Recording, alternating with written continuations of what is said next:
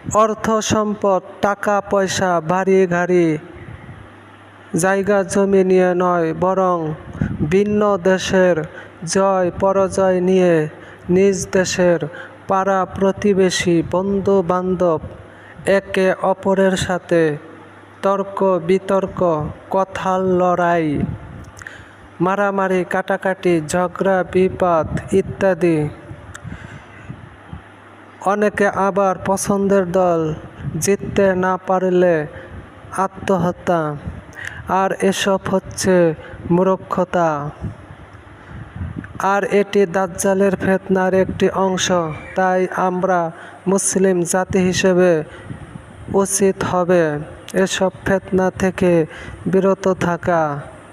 তাই আমরা এসব ফিতনা থেকে বিরত থাকব ইনশাআল্লাহ।